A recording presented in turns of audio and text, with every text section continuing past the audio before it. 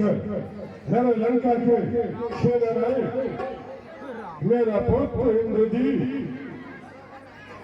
उन तपस्वियों से रणक्षेत्र करने के लिए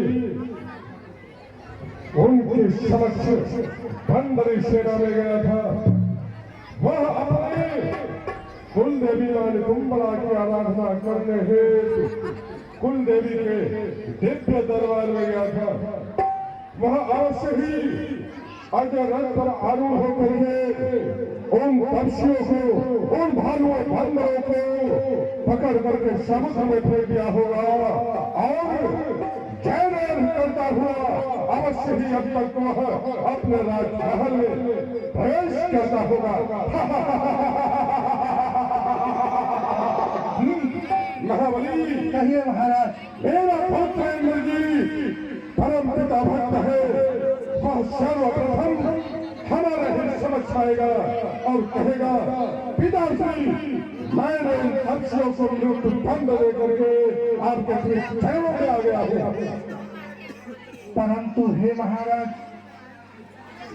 युवराज इंद्रजीत द्वारा लक्ष्मण से घनघोरित हुआ, परंतु हे महाराज, परंतु यह समाचार प्राप्त हुआ है युद्धभूमि से कि इंद्र में नाथ सरकार वीर गति को प्राप्त हुई महाराज। मुझे पूर्ण विश्वास है कि तुम सब मुझे तोड़ने का षड्यंत्र रच रहे हो कि रावण जाकर के उन तपस्वियों से संध कर ले, परंतु रावण ऐसा श्राप नहीं करेगा। हम अपने पुत्र इंद्रजीत को अयोध्या का राज तिलक करेंगे, अयोध्या चलने का प्रबंध किया जाए। परंतु हे महाराज, यह सच है कि इंद्रजीत सरकार और लक्ष्मण में घनघोर युद्ध हुआ। मैंने अपने आंखों से देखा कि मेरी इंद्रजीत सरकार वीर गति को प्राप्त हुई। हम तुम्हारे संजय तुम्हारे घर से इसी तरह अलग कर देंगे। यदि हमारे समस्त अनर्गल बातें करने की जरूरत की तो मेरा पुत्र इंद्रजीत 35 करोड़ देवताओं को प्राप्त किया है। शैव, नाग, गंधर्व, यम, कुबेर, महाकाल को भी प्राप्त किया है। छोटे मोटे तपस्वियों के द्वारा वीर गति को प्राप्त हो जाए ऐसा असंभव है, असंभव है। इसी से हमारी आज्ञा का पालन हो, अयोध्या चलने का प्रबंध किया जाए। मैं इसी क्षण अपने पुत्र इंद्रजीत को अयोध्या का तिलक संपन्न करूंगा। कैसे कहूँ महाराज, यह परम सत्य है महाराज।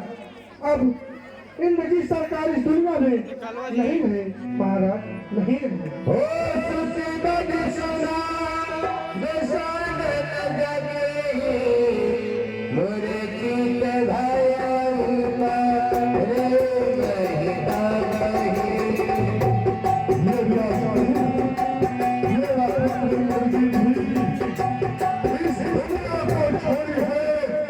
तो परमात्मा ने आज पुनर्जन्म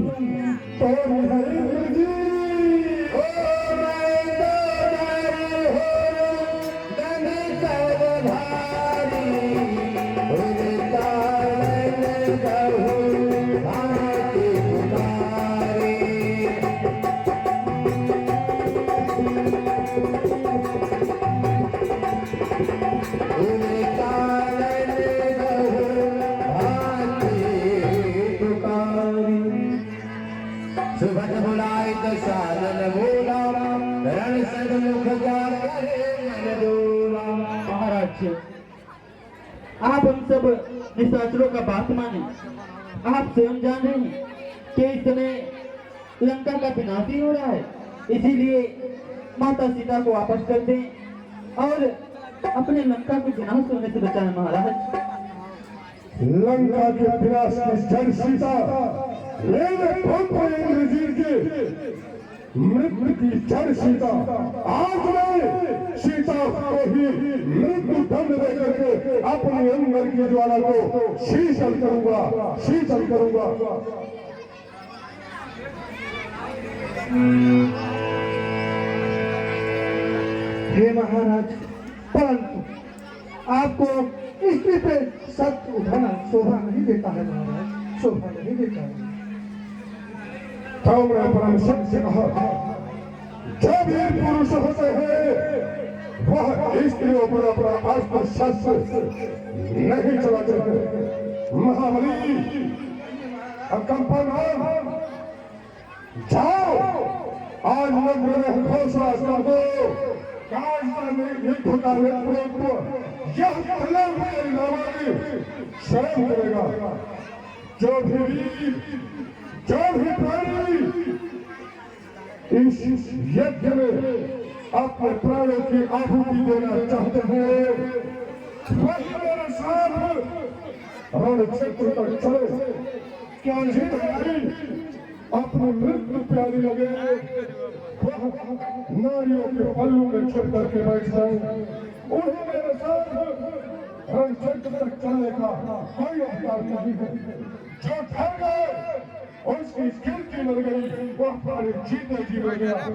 आज वह समय आ गया है, इतिहास के पन्नों पर नाम लिखेगा।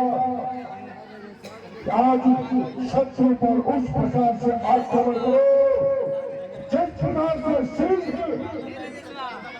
एक ही आक्रमण अपने शिकार को खामोश करता है, इसी प्रकार से आज शत्रु पर आक्रमण करो। एक ही शत्रु अर्थात एक ही भालू धरना यहाँ से जीवित ना जा सकते। नहीं सरकार, यदि राजा कहीं नारायण होंगे तुम्हें भी हरियात होगा। एक तुच्छ मानव को संभालने के लिए उन्हें भी बैकुंठ लोक का 6 साल का परम सुख छोड़ करके इस मृत्यु को लेना पड़ा है और भर भर की ठोकरें खानी पड़ी है। जितना दौड़ो उन्हें मुझे संभालने में होगा, उतना ही दौड़ो मुझे भी प्राप्त होगा। उनके साथ नारायण के साथ साथ रावण का भी इतिहास के पन्नों में नाम लिखा जाएगा। रावण मर करके भी अमर रहेगा, अमर रहेगा। अवश्य महाराज, चलिए महाराज, हम पूरी सेना के साथ आपके साथ चलने के लिए तैयार हूँ, क्योंकि हमने आपका नमक खाया है, तो मैं आपके साथ अवश्य के लिए चलने के लिए तैयार हूँ। जब मेरा अस्त्र शस्त्र सुसज्जित हो, मेरा फल फल विश्राम और आज का युद्ध मैं स्वयं करूंगा।